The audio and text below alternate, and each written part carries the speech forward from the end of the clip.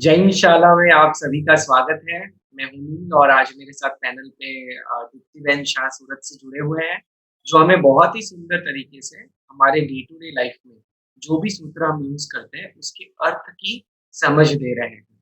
सो हमने पिछले 5 सेशन के अंदर बहुत कुछ सूत्रों के बारे में और उसके अर्थ के बारे में जाना और आज के इस छठे सेशन के अंदर हम इरियावय्यम सूत्र के अर्थ के बारे में जानने वाले हैं। तो हम स्वागत करते हैं दीप्ति बहन का जैन शाला के 6th सेशन के अंदर और आज ईरियावियम का अर्थ हम उनके पास से करेंगे। स्वागत है दीप्ति बहन। प्रणाम। अगले सेशन में हमने देखा कि इरियावेय सूत्र का दूसरा नाम लघु प्रतिक्रमण सूत्र है। 2 से लेके 23 तीर्थंकर के शासन में जब भी पाप होता था तब प्रतिक्रमण करने का था, ऐसा नियम था। तब इरियावेय सूत्र से ही वो पाप की आलोचना करते थे। हमने गए सेशन में पर्ण गदग वहां तक देखा था। आज मट्टी मकड़ा से हम शुरू करेंगे, लेकिन सबसे पहले उस वक्त जो लास्ट में सवाल था कि भाव हिंसा और द्रव्य हिंसा क्या है, वो हम पहले लेते हैं, बाद में ये कंटिन्यू करेंगे। तत्वार्थ सूत्र में 7वें अध्ययन के 8वें सूत्र में बहुत अच्छी तरह बताया है उमास्वाती जी महाराजा ने। प्रमत योगात प्राण व्यपरोपणम हिंसा। प्रमाद के योग से होने वाली हिंसा भाव हिंसा है, और जिसमें प्राण का वियोग हो जाए यानी कि हम मर जाए, वो द्रव्य हिंसा है। अब हम देखते हैं, व्यवहार हिंसा बोलो या द्रव्य हिंसा बोलो या निश्चय हिंसा बोलो या भाव हिंसा बोलो, दोनों एक ही है। प्रमाद के कारण से यानी कि हमारे मोहनीय कर्म के कारण से जो भाव आता है, जो अध्यवसाय आते हैं, उसको हम भाव हिंसा बोलेंगे। और जिसमें हम प्रमाद नहीं है, लेकिन कोई मोहनीय का कारण नहीं है, लेकिन हम जब हिंसा करते हैं वो जीव जीव मर जाता है, उसे हम द्रव्य हिंसा बोलते हैं। अब मैं 2-3 दृष्टांत से पहले आपको दिखाती हूँ, फिर द्रव्य हिंसा के 3 प्रकार बताऊंगी। एक शिकारी है, उसने जाल बिछाई है, उसमें दाने डाले हैं कि कोई पंछी आए। उस वक्त कोई सज्जन वहां से पास हो रहा है, उसने देखा शिकारी को, जाल को, और जो पंछी आ रहे थे उसको वो सज्जन पत्थर मारता है और वो पंछी घायल हो जाते हैं। अब देखे हम तो शिकारी के जाल में अब एक भी पंछी नहीं आया, फिर भी शिकारी को हिंसा का पाप लगता है, वो भाव हिंसा थी। द्रव्य से एक भी पंछी नहीं मरा, लेकिन जो शिकारी की भावना थी, जो अध्यवसाय था कि हमें सबको मारना है, वो ही भाव हिंसा है।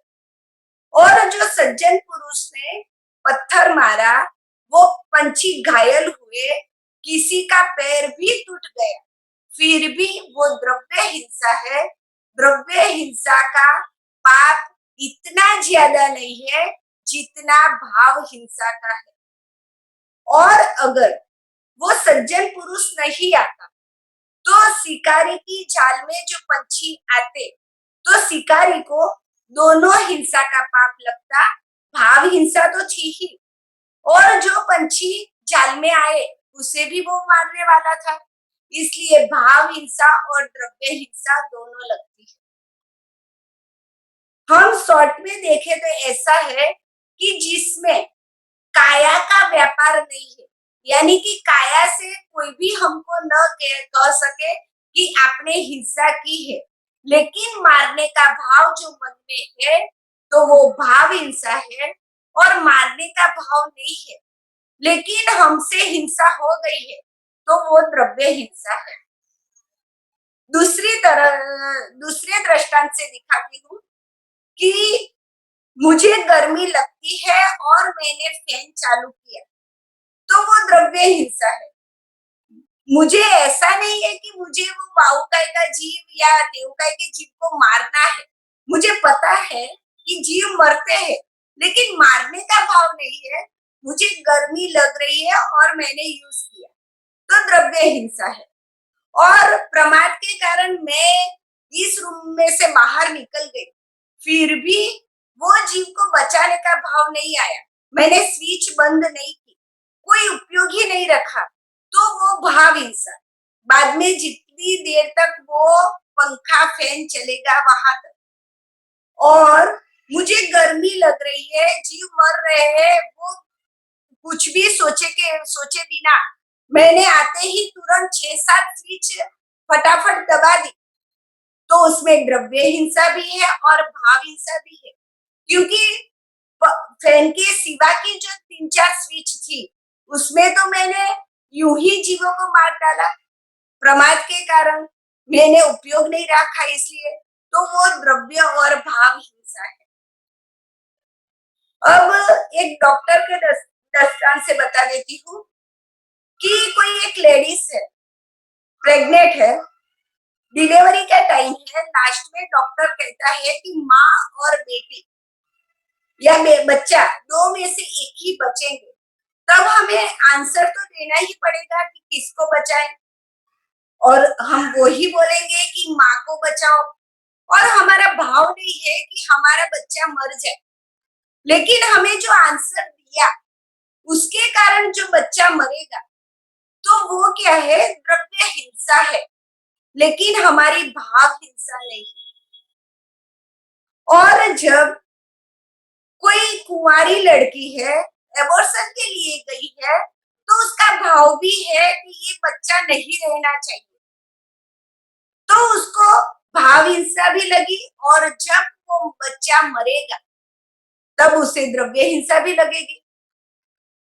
इसलिए इस 3 दृष्टांत से हम देख ले, तो जिसमें हमें मारने का भाव है, फिर वो जीव मरे कि न मरे, फिर भी हमें हिंसा लगती है।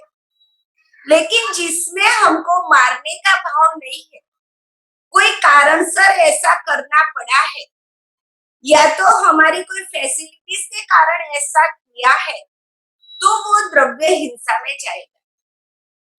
अब एक धार्मिक क्रिया पे से ले ले कि हम सामायिक करने बैठे, तब हम चरोला से वो नीचे की जमीन पूंजेंगे।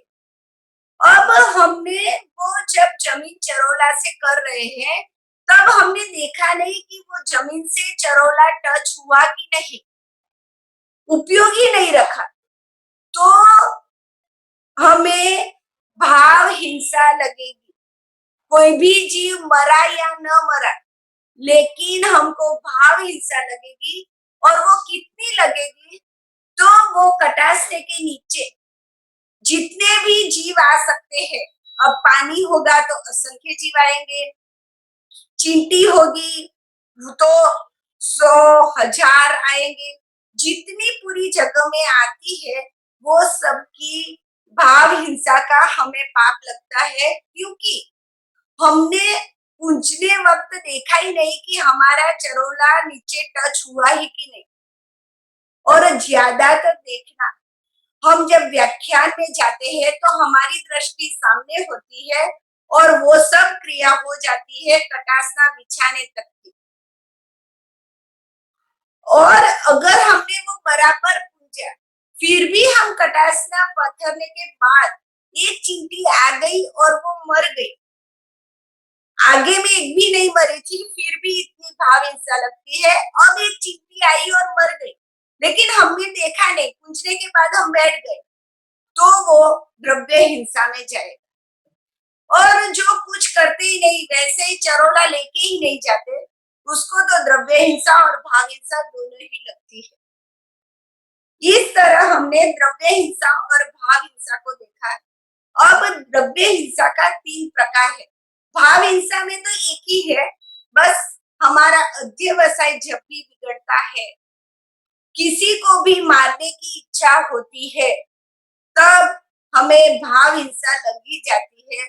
और वो तंदुलीय मत्स्य की कथा स्टोरी आप सबको पता ही होगी, क्योंकि हर एक व्याख्यान में ज्यादातर महात्माओं ये लेते ही है। तो तंदुलीय मत्स्य का शायद किसी को न पता हो, तो मैं जल्दी ले लेती हूँ। तंदुलीय मत्स्य जिसकी पूरी शरीर का माप एक चावल जैसे है, चावल को तंदूल बोलते हैं, इसलिए उसका नाम तंदुलीय मत्स्य है। उसका आयुष्य अंतर्मुरत है, यानी कि 48 मिनट से कम। वो उत्पन्न कहाँ होता है, तो बड़े मगरमच्छ जो होते हैं उसकी आई के ऊपर वो उत्पन्न होता है, और वो देखता है क्योंकि पंचेंद्रिय है, मन भी है उसमें। तो जब वो बड़ा मगरमच्छ मुंह खोल के बैठा है, पानी के साथ कितनी मछलियां उसके अंदर आती है और मुंह में से फिर पानी वापस जाता है, तो वो चली जाती है। तब ये तंदुलिया मत्स्य सोचता है कि अगर मैं इस मगरमच्छ की जगह पे होता तो एक भी मछली को जिंदा नहीं जाने देता, मैं सबको खा लेता। पूरे जीवन काल में, यानी कि 48 मिनट्स में उसने एक भी मछली खाई नहीं है, फिर भी ये सब मछली खाने का पाप, यानी कि भाव हिंसा का पाप उसे लगता है, और वो यमा 7वीं नरक में जाता है। ये है भाव हिंसा। और जो बड़ा मगरमच्छ है उसका नक्की नहीं कि वो नरक में जाएगा, ऐसा भी होता है। कोई कोई बार वो मनुष्य भी बन सकता है और तिर्यंश में भी जा सकता है, लेकिन तंदुलिया मत्स्य के लिए तो फिक्स हो गया कि नहीं खाने के बाद भी मैं किसी को नहीं छोड़ूंगा। ये भाव के कारण भाव हिंसा लगती है और 7वीं नरक में जाता है। अब द्रव्य हिंसा के 3 प्रकार देखे हम: स्वरूप हिंसा, हेतु हिंसा और अनुबंध हिंसा। स्वरूप हिंसा यानी देखने में जो हिंसा लगती है, लेकिन वो हिंसा नहीं है, जिसे हिंसा माना ही नहीं जाता। जैसे हम कोई व्यापार कर रहे हैं, वो व्यापार में कोई व्यापारी हमारे यहाँ ग्राहक आया, तो व्यापारी उनको चाय नाश्ता कराएगा, 1000-2000 उसके पीछे खर्च करेगा, और उसके सामने वो 10,000-15,000 कमाता है।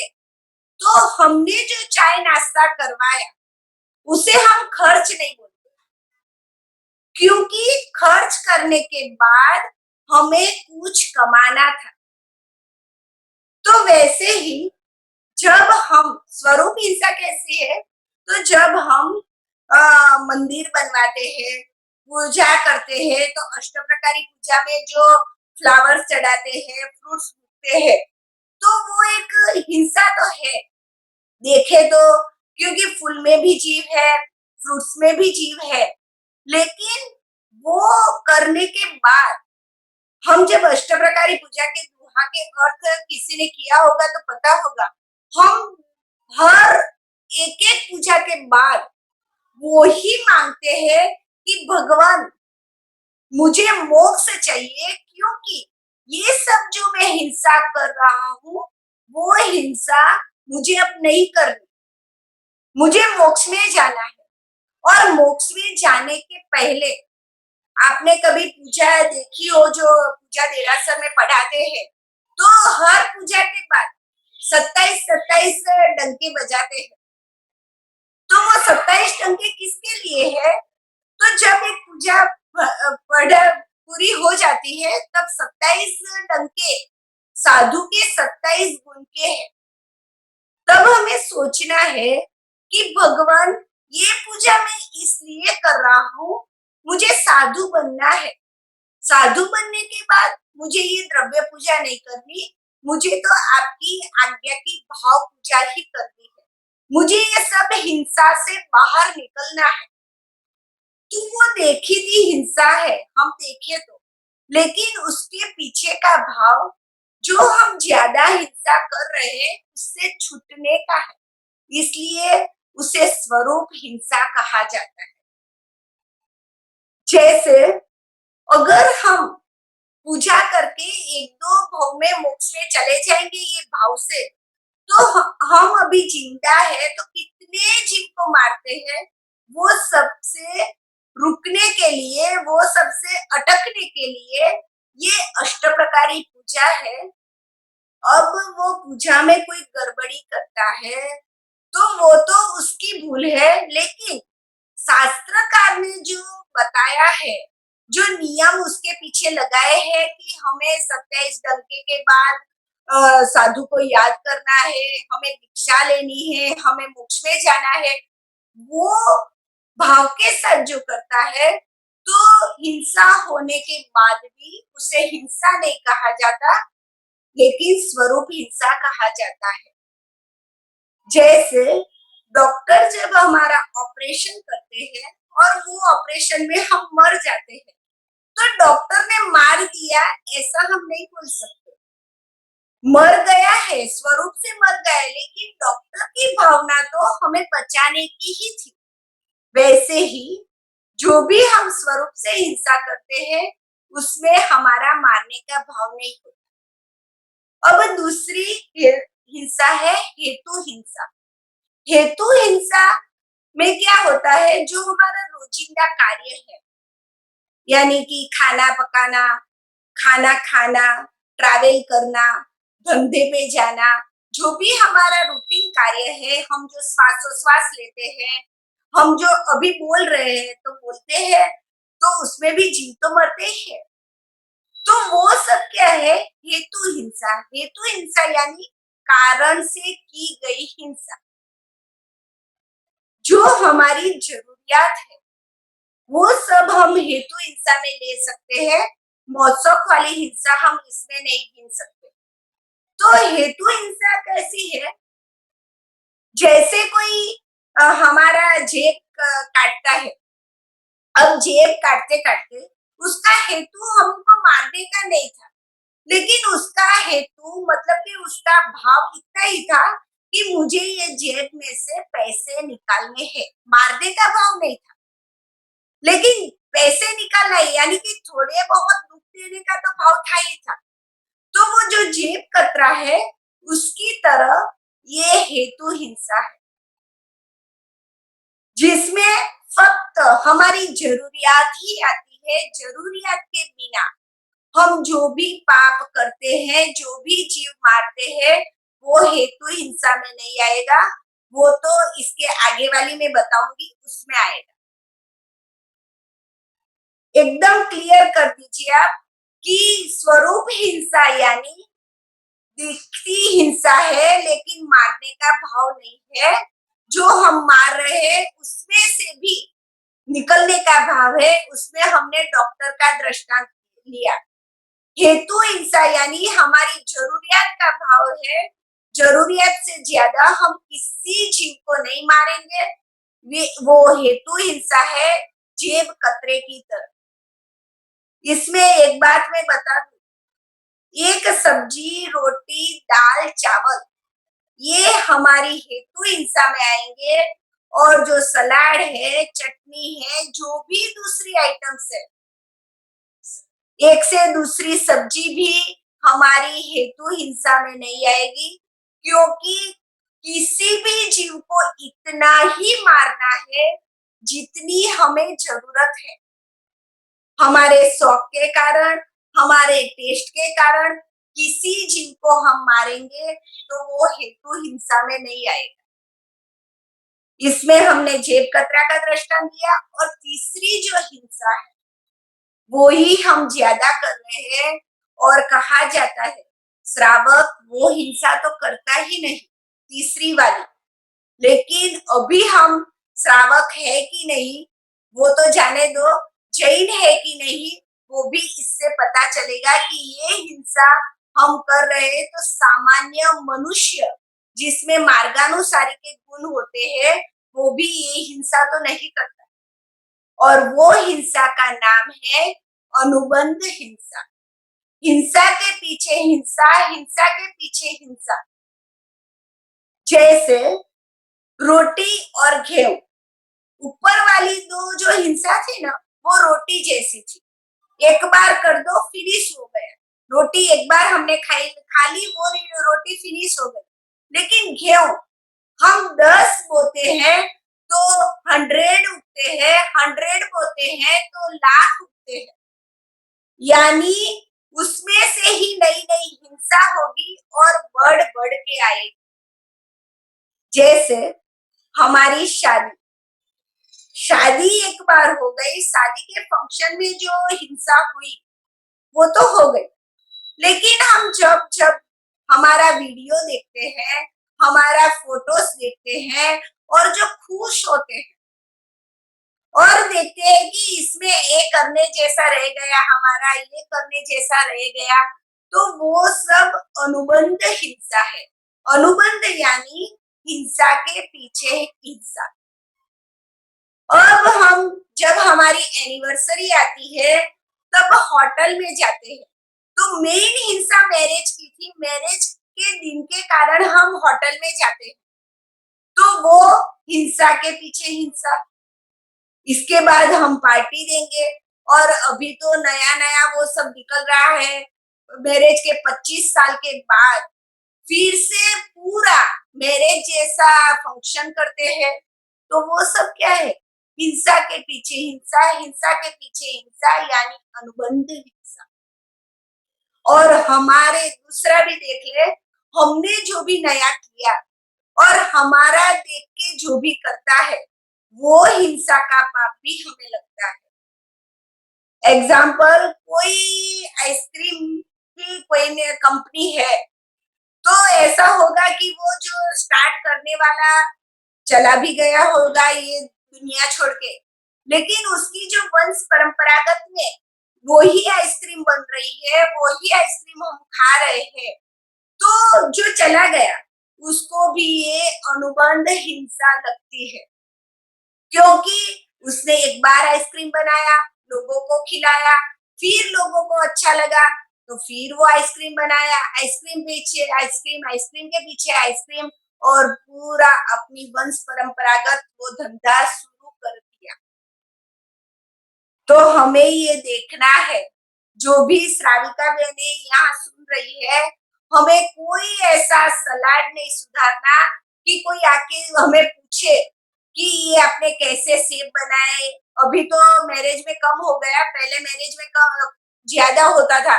सभी बर्ड्स का वो शेप बना के रखते थे आगे, जो वाड़ी शुरू होती थी वहां।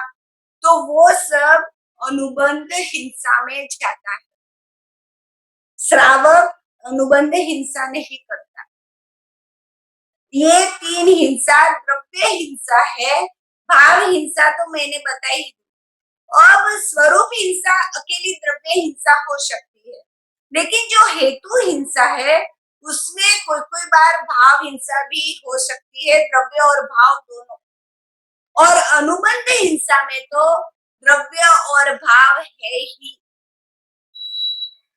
और जहाँ दोनों हिंसा इकट्ठी हो जाती है, तो सोचिए आप कि एक भाव हिंसा से तंदुलिया मत 48 मिनट्स का आयुष्य वाला 7वीं नरक, यानी आप काउंटिंग करेंगे तो कुछ हम गिन ही नहीं सकते कि 48 मिनट्स के सामने 33 सागरों कम तक का आयुष्य नरक का, तो 1 मिनट के सामने कितना दुख मिला।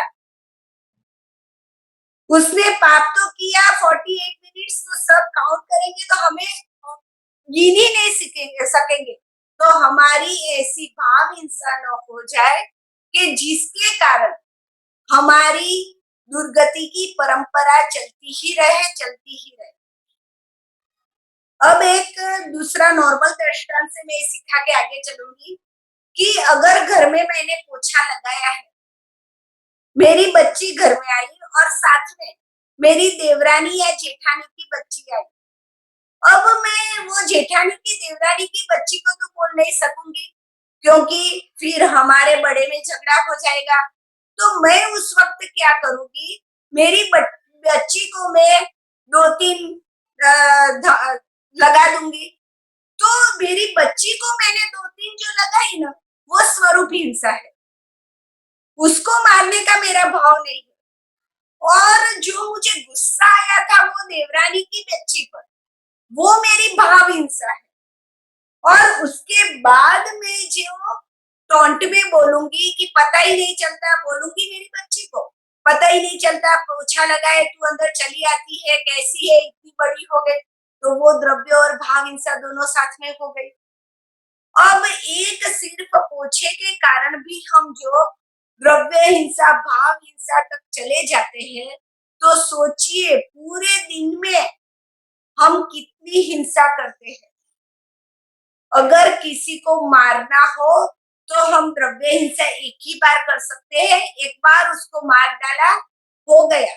लेकिन भाव हिंसा हम एक ही जीव की दिन में देखे तो 1000 बार, 500 बार कर सकते हैं। या तो कुछ बोल के, या तो कुछ ऐसा भाव दिखा के, या तो मन ही मन। इसलिए भाव हिंसा बहुत ही खतरनाक है। और एक बार की गई भाव हिंसा अनंत काल तक, अनंत भव तक भी हो सके कि हमें द्रव्य हिंसा करे ऐसा भव दे। फिर से एक बार की गई भाव हिंसा ऐसा हो सके कि हमें अनंता भव तक द्रव्य हिंसा कर सके, ऐसे भव दे। जैसे बिलाड़ी, चूहा का, बिल्ली का, कुत्ते का, जहां हमें हिंसा ही है, द्रव्य हिंसा तो है ही। तो ये स्वरूप हुआ द्रव्य हिंसा और भाव हिंसा। जब हम अपघात करते हैं, अगर कोई सुसाइड करता है तो वो एक ही बार करेगा तो वो द्रव्य हिंसा है। लेकिन सुसाइड के पहले वो 2-3 दिन, कोई बार 1 मास तक वो सोचेगा मुझे मरना है, मुझे मरना है, मुझे मरना है। तो वो जितनी बार सोचा वो भाव हिंसा है। द्रव्य हिंसा तो वो एक ही बार कर सकेगा जब वो अपघात करेगा, सुसाइड करेगा। इसलिए जब भी हम भाव हिंसा करते हैं, तभी हम प्रायः करके, मैं प्रायः बोल रही हूँ, रौद्र ध्यान में होते हैं। और रौद्र ध्यान यानी नरक गति का बंद करवाता है। अब हम इसमें ही आगे जाएंगे। हमें पनगदग तक देखा था। अब मट्टी, मट्टी यानी माटी, पृथ्वी का है कोई भी, उसे हम जब भी मारते हैं, हमारे यहाँ कच्चे मीठे का डिब्बा हो, हम कच्चे मीठा वापरते हो, तो उसमें जब हम स्पून रखते हैं, वो नमक नमक को डालने के लिए, तो वो जो स्पून रखते हैं तो स्पून के कारण वो नमक को लगेगा, नमक के जीव को दुख पहुंचेगा। तो हम यूज नहीं करते।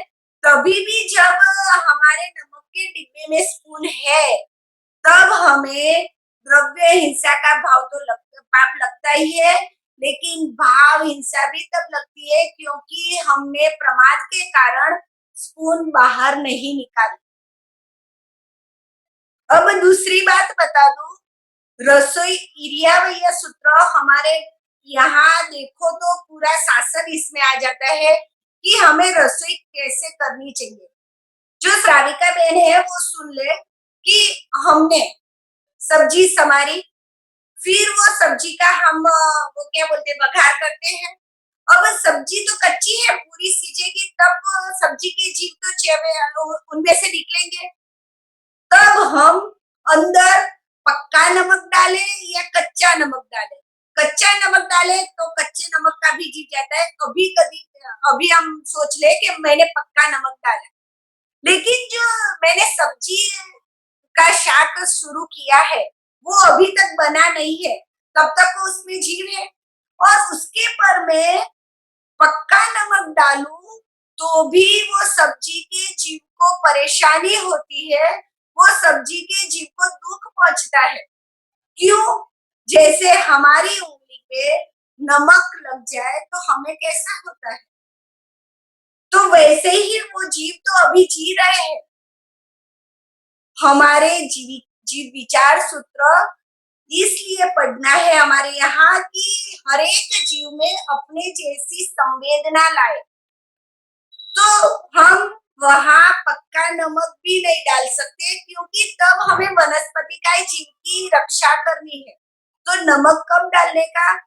जब पूरी सब्जी बन जाए, फिर नमक मिर्ची हमें डालनी चाहिए। हमें ये सोचना चाहिए कि मेरे हाथ में कुछ लगा है, चप्पू वगैरह, तो उसपे नमक या मिर्ची लगेगी तो मुझे कैसा होता है, वैसा ही फील ये भिंडी की सब्जी हो, ककड़ी हो, कुछ भी हो, उससे होता है। तो मिट्टी मैंने इसलिए कि जो नमक है वो पृथ्वी का है इसलिए। वैसा तो कितना हमारी रसोई में आता है, लेकिन अभी हमें आगे चलना पड़ेगा। कोई बार ऐसा होगा तो हम सिर्फ रसोई कैसे की जाती है वो सब्जेक्ट लेंगे। लेकिन मैंने ये एक बात बताई थी, अब मट्टी तो हो गई मिट्टी, मकड़ा, संताड़ा, संकमणे, ये पूरा साथ में है। मिट्टी में एक बात बता दूं कि तुरंत का जो खड्डा खोदा हुआ है, तो 4 फुट या 4 हाथ, मैं भूल गई हूँ, उसके नीचे की जो मिट्टी होती है वो सचित होती है। ऊपर वाली मिट्टी सचित नहीं है, क्योंकि सूर्य के ताप के कारण वो मिट्टी के जीव चले गए हैं। लेकिन जो नीचे से निकलेगी, हम जो बिल्डिंग बन रहा है तो जो वो पाया वगैरह खुदा हुआ है, तो वहां की मिट्टी 4 फुट हो या 4 हाथ हो, उसके नीचे वाली सब मिट्टी सचित होती है, उसमें जीव होता है। तो हम जब पास हो, हमारा व्हीकल पे हम जा रहे हैं, तो हमें देखना चाहिए कि ये जो मिट्टी का ढगला है तो कहाँ से निकली है। जो नजीक से निकली है, कोई खड्डे में से, तो हमें देखना चाहिए कि ये सचित है, तो हमारा व्हील ये मिट्टी पे नहीं चलना चाहिए। अब मट्टी, मकड़ा, संताड़ा, संकमणे। मकड़ा यानी मकड़ी, जिसे गुजराती में करोलिया बोलते हैं, वो मकड़ी की जो जाल है, यानी उसका घर, उसको संकमणे यानी हमने दबा दिया। दबा देने के कारण से क्या होगा कि उनका पूरा घर टूट जाएगा। और हमें देखेंगे तो पता चलेगा कि हमारे ज्यादातर भाव बिना घर के हुए। हम जब भी कुत्ते थे, कोई भी तिर्यंच थे, तब हम बिना घर के ही रहे। वनस्पति थे, पानी थे, पृथ्वी थे, देवकाय थे, वायुकाय थे, हमें घर नहीं मिला। क्यों? जब भी हमने मनुष्य गति में घर मिला, तब हमने कितने प्राणियों के घर छीने हैं। जब हम भी ये जाला निकालते हैं, तो कैसे निकालना चाहिए? तो जो झाड़ू होता है, हम डायरेक्ट वो झाड़ू को जो मकड़ी की जाल है उसके पे रख देते हैं। वैसे नहीं रखना चाहिए। जैसे हम कुछ चीज ले रहे हैं ना, जैसे वो फुल रैकेट खेलते हैं, तो वो अपना बैडमिंटन कैसे रखते हैं, फूल आने के वक्त फूल को उसको पकड़ने जैसा, तो हमें वो झाड़ू ऐसे रखना है। जब हम जाला निकालते हैं तो वो जाला मकड़ी के साथ पूरा झाड़ू पे आ जाए, और उसे हम संभाल के नीचे रख सकते। हम तो पूरा ऊपर से नीचे तक खींचते हैं झाड़ू को, इसलिए वो घर तो टूटता ही है, लेकिन मकड़ी भी मर जाती है। हमें झाड़ू कैसे लेना, हमें पानी कैसे गिनना, ये सब जिनके घर में जो भी पैदा हुए हैं वो सबको आना चाहिए। क्योंकि जैना ही हमारा प्रथम धर्म है। हम और लोग जो अजैन है, वो भी हमें अहिंसक के नाम से पहचानते हैं। और जो हमारे घर में ही इतनी हिंसा हो रही है, तो हम अहिंसक कैसे? तो मट्टी मकड़ा, संताना यानी करोड़िया की जो जाल है, मकड़ी की जो जाल है, उसको हमने डायरेक्ट झाड़ू से दबा लिया, तो उसका भी हम इच्छा में दुक्कड़म मांगते हैं। उसके बाद मट्टी मकड़ा संधाना संगमणे। अब हम कहते हैं ऐसे ऐसे कॉमन अमुक अमुक नाम ग्रंथकार ने लिख दिए। अब एक लाइन में कह दिया, जे में जीवा विराहिया।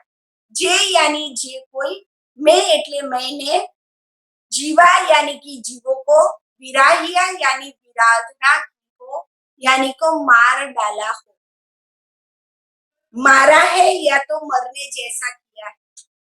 जेमे जीवा विराहिया। अब इतने से किसी को पता नहीं चलता, तो ग्रंथकार ने डिटेल में लिख दिया कि कौन से जीव, तो एगिंदिया, बेइंदिया, तेइंदिया, चौरेंदिया, पंचेंदिया। एक इंद्रिय हो, बेइंद्रिय हो, तेइंद्रिय हो, चौरेंद्रिय हो या पंचेंद्रिय हो, कोई भी हो, किसी भी जीव की हमने विराधना की हो। अब 10 प्रकार आ रहे हैं।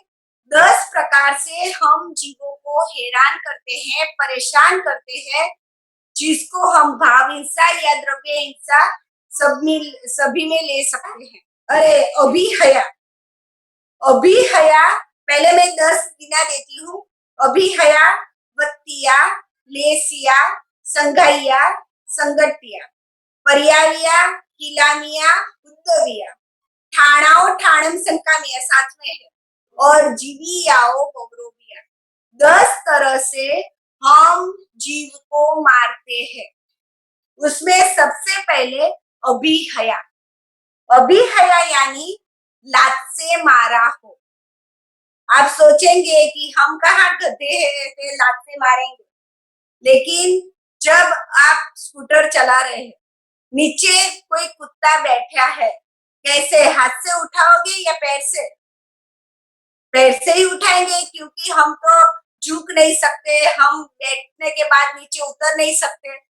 तो पैर से जब हम उसको पैर भी लगाते हैं, तो उसे अभिहया का पाप लगता है, क्योंकि नौ तत्व में आता है कि नाभि के नीचे के अंग अशुभ माने जाते हैं। किसी को भी हमारा पैर लगता है तो उसे अच्छा नहीं लगता, उसे लात मारा ऐसा ही लगता है। तो अभिहया यानी लात से मारा हो। किसी किसी मम्मी को भी ऐसी आदत होती है, वो बच्चे नहीं मानते, पूरे दिन कुछ मांग करते हैं, तो वो खड़ी है तो पैर से ही उसे लात मार के दूर कर देती है। तो वो सब हमारा भाव है या नहीं है, तो द्रव्य हिंसा का पाप लगेगा, यानी कि लात से मारा। अब दूसरा अभिहया, वत्तिया। वत्तिया यानी कोई जीव को डंक देना, धूल वगैरह से। हम जब स्कूटर चलाते हैं या गाड़ी चलाते हैं, तो गाड़ी के पहिए जहाँ चलेंगे वहां खड्डा होगा, वो रेत दूसरी तरफ जाएगी, तो वहां कीड़ी होगी, तो कीड़ी तो वो रेत के नीचे दबा जाएगी, तो उसे क्या बोलेंगे हम? वत्तिया, यानी धूल बड़े ढाकिया, गुजराती में धूल से उसको ढंक दिया। वैसे हम छोटे छोटे बच्चे होते हैं तो वो घर बनाते हैं, फिर हमें वहां से निकल जाना है दरिया किनारे से, तो वो बच्चे नहीं उठते, तो हम पैर से वो धूल को, उसके घर को तोड़ देते हैं। तो अभिहया भी लगता है, और वहां जो शंख वगैरह होते हैं वो उसमें भी जीव है, तो उसके ऊपर वो गिरता है तो बत्तियां भी लगता है। यानी अब हमें सोचना है कि एक जीव को हम कितनी तरह से परेशान करते हैं। तो वत्तिया यानी धूल से ढक देना। हमारे पुराने जो दादी वगैरह थे, वो मग होते थे, वो चोले होते थे, उसको रेत से ढक के रखते थे, वो बिगड़ न जाए इसलिए। तो वो भी एक जीव है, उसे भी हम वत्तिया बोलेंगे। अभिहया, वत्तिया और लेसिया। लेसिया थोड़ा हमारे ज्यादा चलेगा, क्योंकि ये पाप हम बहुत करते हैं। लेसिया यानी जो हमारी जमीन है उसके साथ किसी भी जीव को घिसना। हम जब पोछा लगा रहे हैं तो पानी के जीव को हम पोछे से घिसते हैं जमीन पे, तो वो लेसिया है। हम उबला हुआ यानी कि काला पानी तो लेते नहीं है, कच्चे पानी है। तो सोचो, जब हम नीचे गिरे हैं और हमको कोई उठाता नहीं और सेज घिस के हमको आगे लेकर जाकर हमको उठाता है। या तो हमें कोई एक्सीडेंट हुआ, हमारा दुपट्टा वगैरह कोई व्हील में फंस गया और हम गिर गए और थोड़ी देर तक हम घिसे तो कैसा होता है। तो वो पानी के जीव को जब हम घिसते हैं, ये थोड़ा 5-7 मिनट हम लेंगे क्योंकि ये पाप हमारा बहुत ज्यादा है। अब जब हम प्लेटफॉर्म पर होते हैं, अब तो हमारी सब ट्रैवल बैग वो व्हील वाली हो गई, तो व्हील के नीचे कोई जीव आ जाता है, हम नीचे तो देखते ही नहीं है। उसके साथ घिसते घिसते वो जब तक घिसेगा हमारा भी, तब तक वो जीव जीव साथ में घिसता हुआ आता है, हमें पता भी नहीं है। तो वो भी लेसिया है। और जब हम खाने के बाद हमारे बर्तन छोड़ देते हैं, 48 मिनट्स के बाद उसमें समूची पंचेंद्रिय मनुष्य उत्पन्न होता है। और जब भी हमारे घर पे सर्वेंट आते हैं, काम वाली मासी आती है, तो वो जो घिसेगी हमारे बर्तन को, पानी के जीव तो घिसा ही जाता है।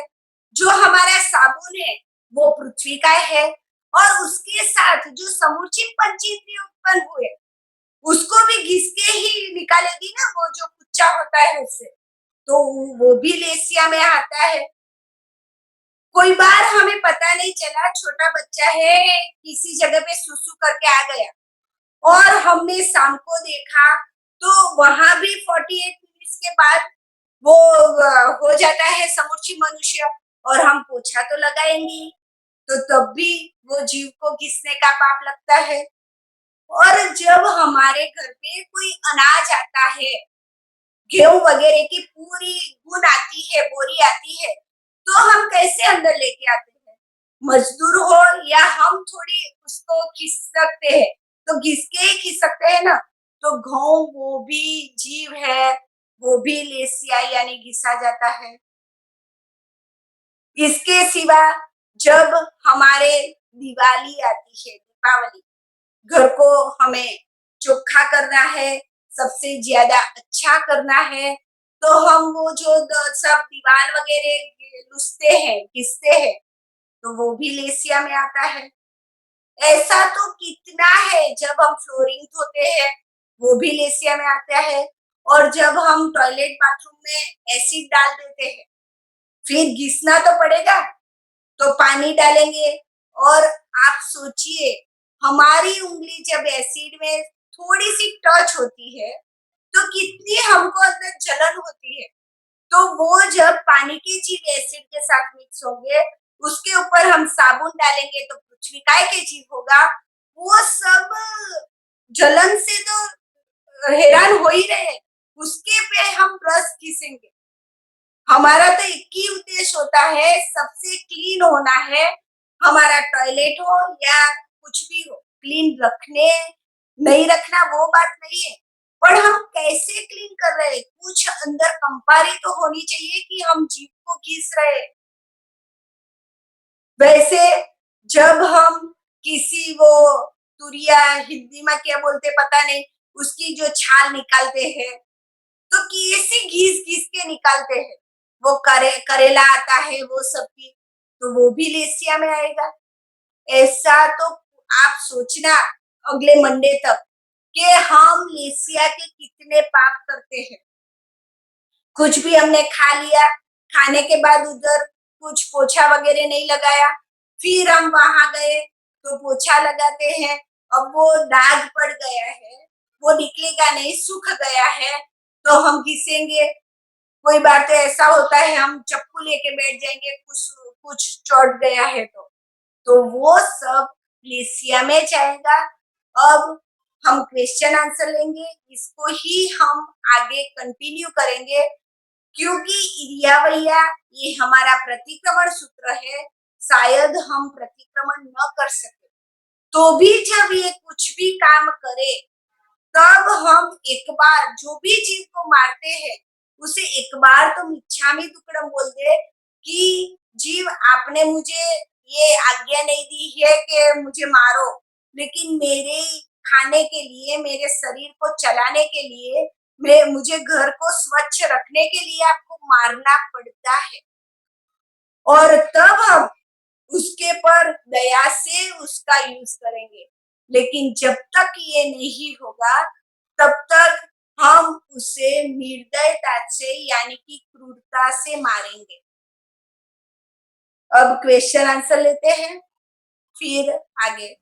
Thank you so much Deepti बहन, आज तो आपने बहुत डिटेल में ये कॉन्सेप्ट ले लिया। सबसे पहले तो आज आपने जो स्वरूप हिंसा है, हेतु हिंसा है और अनुबंध हिंसा है, उसको बहुत ही सूक्ष्मता से हम सबको बताया कि भाव हिंसा, द्रव्य हिंसा, ये सब में फर्क क्या है, हम व्यवहार से जिसे हिंसा कहते हैं और निश्चय से जो हिंसा होती है उसके अंदर फर्क क्या है। और आपने बताया कि भाव हिंसा का दोष ज्यादा है द्रव्य हिंसा से, यानी एक तरीके से कह सकते हैं कि भाव हिंसा भीतर में हो तो ही तो द्रव्य हिंसा को बढ़ावा मिलता है, तो रूट को ही खत्म करना है बेसिकली। सो इसी के साथ आपने इरियावयम सूत्र के भी अर्थ को आगे हमें बताया, अभिहया, वतिया और लेसिया, कि लेसिया से हम कितना सारा जीव हिंसा हमारे जीवन में करते हैं। सो किसी को भी कोई प्रश्न है तो आप आपके हाथ रेस कर सकता है, हमारे पास समय है, आपको सिर्फ आपका हाथ रेस करना है, तो मैं आपको प्रश्न पूछने के लिए अलाउ करूंगा। ऑडियो फॉर्म में आप प्रश्न पूछ सकते हो, किसी को प्रश्न है तो आप हाथ रेस कर सकते हो, या तो फिर आप क्वेश्चन टाइप भी कर सकते हो। हाँ, मैं अलाउ कर रहा हूँ एक एक को। हाँ, मंगल जी, आप लाइन पे हो, आप प्रश्न पूछ सकते हो, देखना पड़ेगा। मुझे ये क्वेश्चन है कि जो तंदुर मत्स्य है उसे तो ज्ञान नहीं है, तो उसने तो बिना ज्ञान से वो किया है, वो तो जानता ही नहीं है कि ये करने से मुझे इतना दोष लग रहा है, फिर भी उसके इतने 33 सागरों पम के उसका नरक का आयुष्य 7वीं नरक का बनता है। ये मतलब ये कैसे कि जब उसको ज्ञान ही नहीं है, एक मनुष्य बराबर। में तो उसको ज्ञान रहेगा। हमारा छोटा बच्चा है, उसको ज्ञान नहीं है कि हम आग आग में उंगली डालेंगे तो जलेंगे, तो वो भी जब आग में उंगली डालता है तो जलता ही है। हम भी आग आग में उंगली डालते हैं तो जलते हैं। ऐसा तो नहीं है कि हमें ज्ञान है तो हम ज्यादा जलेंगे और बच्चे को ज्ञान नहीं है तो वो कम जलेगा। क्योंकि जिसका जो स्वभाव है यानी कि कर्म का जो स्वभाव है वो तो अपना काम बताएगा ही। वो आत्मा को नहीं देखता कि वो उसको पहचानता है या नहीं पहचानता। वो तो कर्म तो अपने हिसाब से आत्मा के साथ ज्वाइंट हो ही जाएगा। व्यवहार में भी तो ऐसा ही तो है, वो बच्चे का दृष्टांत से हमने देखा। ठीक है, थैंक यू। दिलीप जी वसा, आप पैनल पे हो, आप प्रश्न पूछ सकते हो। प्रणाम। आपने जो बताया कि नमक के अंदर चम्मच रखने से वो जीव को दुख होता है, तो ऐसे ये चम्मच अचार या और अन्य कोई चीज में भी रखने से सब में दुख होता है? जो चीज में जीव है उसको तो वो लगता है, लेकिन दूसरे चीज में भी हमें चम्मच क्यों नहीं रखना? क्योंकि जो एक में हम रखेंगे तो दूसरे में हमें नहीं रखना, वो याद नहीं आएगा। इसलिए हमें वो संस्कार हो जाए, संस्कार पड़ जाए, इसलिए किसी भी में न रखे तो अच्छा है। लेकिन पाप तो जो सचित चीज है यानी कि जिसमें जीव है उसमें ही लगता है, जो अचित चीज है उसमें नहीं लगता। Thank you. एक प्रश्न चैट पे आया है दीप्ति मैम कि टाटा सॉल्ट जो होता है वो तो पूरा प्रोसेस होके आता है, तो उसके अंदर जीव होते हैं क्या, वो अचित कहलाया जाता है? वो नमक का जीव यानी कि जो नमक पृथ्वी का है वो जीव ऐसा है, उसको जो दूसरे जीव ज्यादा तुरंत मर जाते हैं यानी कि चली चले जाए, पर जो नमक के जीव है तो उसमें कहा जाता है कि चक्रवर्ती की कोई दासी हो, चक्रवर्ती की दासी हो यानी कि उसमें शक्ति ज्यादा होगी। वो जो नमक को घंटी में पीसे, 6 महीने तक पीसे, फिर भी वो जीव नहीं जाते, क्योंकि वो जीव का ऐसा बंधन होता है कि वो जीव ऐसे जितने नहीं मरते मरते जल्दी। इसलिए हम श्योर नहीं कह सकते कि वो प्रोसेस में वो जीव चले गए या है। वो तो कोई ज्ञानी भगवान ही बता सकते हैं कि गए हैं या है। तो पक्का नमक अगर बनाना है तो कौन सा ऐसा प्रोसेस है जिसमें 100% श्योरिटी ले सकते हैं कि अब ये नमक से जीव चले ही गए हैं? तो ऐसी कौन सी मेथड्स हैं जिससे हम कच्चे नमक को पक्का बना सकते हैं? पहले ऐसा था कि जब जो वो कुम्हार होते हैं ना, वो घड़े बनाते हैं, वो घड़े पकाने के लिए जो पूरा अपना खड़ा करते थे, उसमें हम घड़े में रख के हमारा नमक रख देते थे, तो वो पक्का हो जाता था। हमारे पुराने काल में ये व्यवस्था थी। अभी तो जो आमिल में जो नमक आता है और जिसके ऊपर कोई गुरु भगवंत ने कह दिया हो कि ये पक्का बराबर है, वो ही हम ले सकते हैं। नहीं, जो गैस के ऊपर सेक देते एज़ इन तवे के ऊपर सेक देते हैं और कहते हैं कि ये 15 दिन तक चलेगा, तो वो उचित है? नहीं, क्योंकि उसका क्या काल नक्की नहीं होगा। अब जो चौमासा काल होगा, तो सहज भी भेज लगता है, तो उसमें थोड़ा भीना हो जाता है, तो वो अचित हो ही जाता है। यानी हम पूरी तरह नहीं कह सकते रहेगा या नहीं, क्योंकि वातावरण के ऊपर अधीन होता है। ऐसा हो कोई बार हमारे देश में रहता हो और बम्बई में न भी रहता हो, इसलिए हम वो दिन चलता है, उस दिन चलेगा, लेकिन दूसरे दिन का पक्का नहीं। बिल्कुल, बिल्कुल। तो बेसिकली जब कुम्हार अपने मटके को भट्टी में पकाता है, तभी हमें भी एक मटके में नमक भर के उसके अंदर रख देना है और फिर उसकी अग्नि में जो पक गया रहता है, वो नमक 6 महीने तक चलता है, बराबर? हाँ, बिल्कुल, बिल्कुल। ठीक है। लेकिन उसमें भी कोई भेज ना आना चाहिए। हमारे घर पे आने के बाद भी देखना चाहिए कि वो सहज भी गीला हो जाएगा तो नहीं चलेगा। ओके, यानी हमें कितनी अवेयरनेस रखनी है कि कोई हुँ, भी कहीं भी थोड़ा भी लिक्विड अंश लगे नहीं किसी चीज़ को, यानी इतना केयरफुली सब चीज़ें यूज़ करनी है। सो यहाँ एक और प्रश्न आया है कि अलग-अलग प्रकार के हमने नमक सुने हैं, जो काला नमक है, सीधा नमक है, तो ये सब चीज़ हम यूज़ कर सकते हैं, ये उचित है? हाँ, वो अच्छी थे। जो सिंधा लूण है वो अच्छी थे और वो जो संचल बोले जाते हैं काला नमक वो भी अच्छी थे। ओके, ओके, तो उसकी जगह पे वो यूज़ कर सकते हैं।